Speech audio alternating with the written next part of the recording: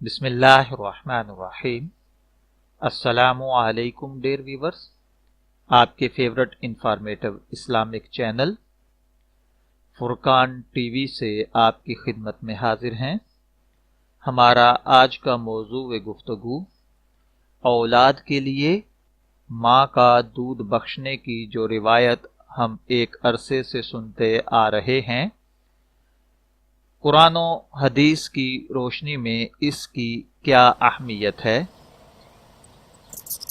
حالانکہ حقیقت یہ ہے کہ آج کل مائیں اولاد کی پرورش ڈبہ بند دودھ سے کرتی ہیں، وہ کس طرح دودھ بخشیں گی؟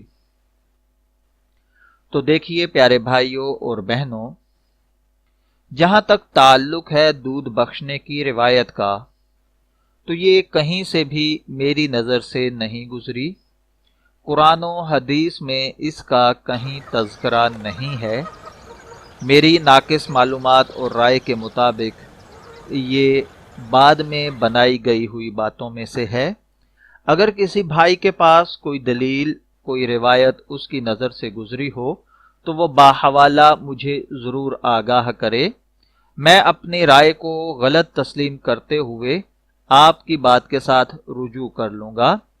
البتہ میں یہ ضرور کہنا چاہتا ہوں کہ دودھ بخشنے کی جو یہ روایت ہے، اس کا مطلب یہ ہے کہ ماں کا حق بہت بڑا ہوتا ہے، کہ انسان جتنا بھی چاہے ماں باپ کا حق ادا نہیں کر سکتا، الا یہ کہ ماں اپنا حق خود معاف کر دے۔ اس سے ہٹ کر میرے حساب سے یا میرے مائنڈ میں جو بات آتی ہے، اس سے بڑھ کر کچھ نہیں ہو سکتی۔ ہاں، اچھی بات ہے اگر ماں اپنے حقوق اپنی اولاد کو معاف کر دے، اور بیٹا جتنی بھی خدمت کرے وہ کم ہوتا ہے۔